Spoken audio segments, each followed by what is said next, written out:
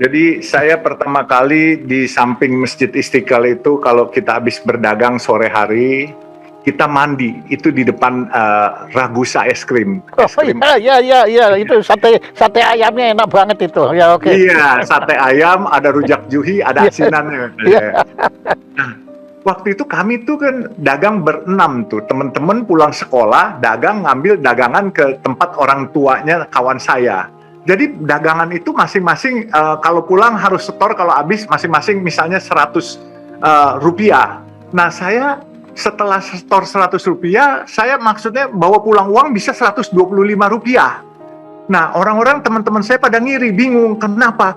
Karena banyak teman-teman muslim itu, dia karena ngelihat saya, mungkin saya yang paling lucu, putih, orang Chinese, matanya sipit, kok dagang gitu ya. Jadi kemudian kalau ada uang, kalau nggak salah waktu itu ada uang 10 perak, dia beli 5 perak, kembaliannya dia bilang, udah dah buat kamu aja. Mungkin sambil sadaklah, waktu itu sadakoh mereka, ya kan, beramal juga. Nah saya terima, uang-uang itu saya terima. Nah waktu pulang, uang saya lebih banyak dari mereka. Mereka hitung, kok saya 100, kamu 125. Iya, saya bilang saya ini terima belas kasihan dari teman-teman muslim yang sholat di sana. Jadi pas orang lagi pulang sholat, saya nungguin di depan Istiqlal dagang. Nah, dapatlah saya uang lebih.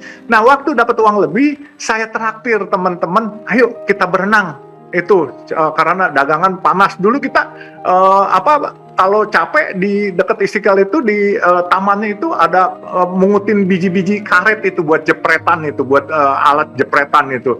Jadi sambil tidur di sana. Terus sorenya kita mandi di situ ada pintu air dekat kali kanal di sebelah. Iya. Nah, dikala saya mandi, saya sewa ban. Nah, ban ini harus gantian karena mereka kan nggak ikut nyewa. Saya bilang saya pakai dulu. Rupanya ada yang lebih tua dari saya, teman saya.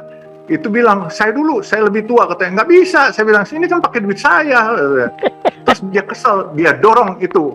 Dia dorong ban itu sampai ke tengah, lalu hampir masuk ke pintu air. Saya teriak sejadi-jadinya, saya nangis. Kemudian lompat seorang tukang semir. Itu tidak pakai baju, pakai celana pendek. Rupanya dia gelandangan dan tukang semir juga. Dia lompat, dia turun, dia tolongin saya. Dia bawa ke pinggir, saya nangis, terus saya ambil duit saya semua, saya habisin, saya kasih ke dia. Dia bilang, nggak usah, katanya, kita temen, katanya.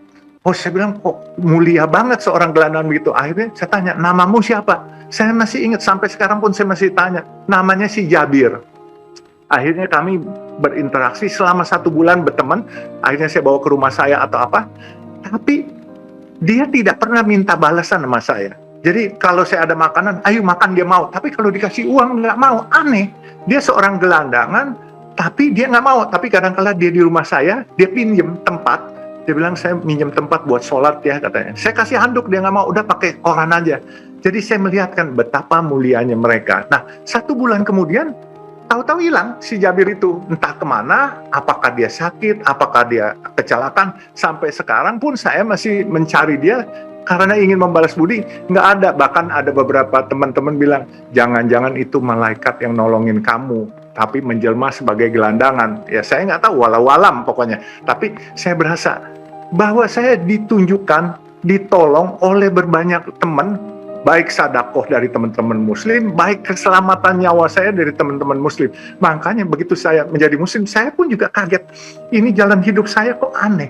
Tetapi kemudian, ya alhamdulillah, setelah saya menjadi muslim, jujur saya ngomong, dulu saya bukan siapa-siapa. Dan waktu saya mau masuk Islam, teman-teman saya, komunitas saya bukan muslim, mereka bilang, kamu nggak salah masuk agama Islam. Agama Islam tuh agamanya orang miskin, katanya. Terus saya masih bercanda, saya bilang, ntar satu hari kalau malaikat jabah saya jadi orang kaya, nyesel lo, mendingan ikut saya masuk Islam. Sambil bercanda teman-teman. Alhamdulillah Pak Jaya, saya juga kagak tahu dari anak jalanan, gelandangan sampai hari ini saya bisa jadi sedikit mempunyai rezeki, jadi anak kampung rezeki kota, itu semua pasti saya percaya gerak Allah, dan saya bisa jadi hari ini. Nah makanya terus waktu saya punya usaha sedikit, saya cuma punya niat, saya akan mengharumkan nama Islam. Terus singkat kata 2018 itu umur saya 60. 2017 Desember 60. Lalu bulan Februari awal, saya memanggil staf-staf saya. Saya bilang, sudah 12 tahun kita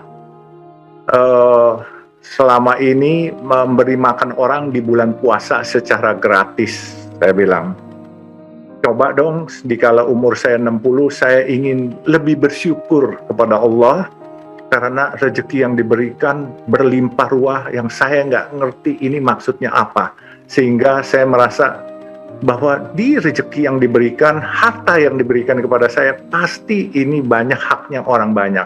Oleh sebab itu saya bilang, kita bikin yuk acara dagang nasi, tetapi kita nggak jual, tapi kita subsidi sebanyak mungkin dengan nasi kuning. Terus mereka tanya, kenapa nasi kuning? Karena saya bilang dulu ibu saya dagang nasi kuning dan saya yang tukang bawain nasi kuningnya di Samarinda. Jadi selain bernostalgia keadaan masa lalu, juga menghormati ibu saya yang pedagang nasi kuning. Nah, terus manajer-manajer saya yang saya ikut rembukan, ajak ketemu meeting, dia bilang, Pak, kenapa nggak dikasih gratis? Saya bilang, jangan dikasih gratis kali. Kalau gratis, yang tidak mempunyai kepentingan ikut ngambil. Dan kita mau selama setahun kita buka terus. Kita nggak boleh buka kalau kita nggak hitung, kita jor-joran, akhirnya tidak sustain, tidak sepanjang masa. Nah, terus manajer saya nanya, Bapak mau buka berapa lama? Insya Allah kalau selama 20 tahun, sekarang umur 60 sampai 80 aja, saya bilang saya masih cukup lah, saya bilang buat sedekahin ini, bantuin subsidi. Jadi ditanya, Pak mau dijual berapa? 1.000, 2.000 atau berapa? Langsung saya nyaut aja, 3.000.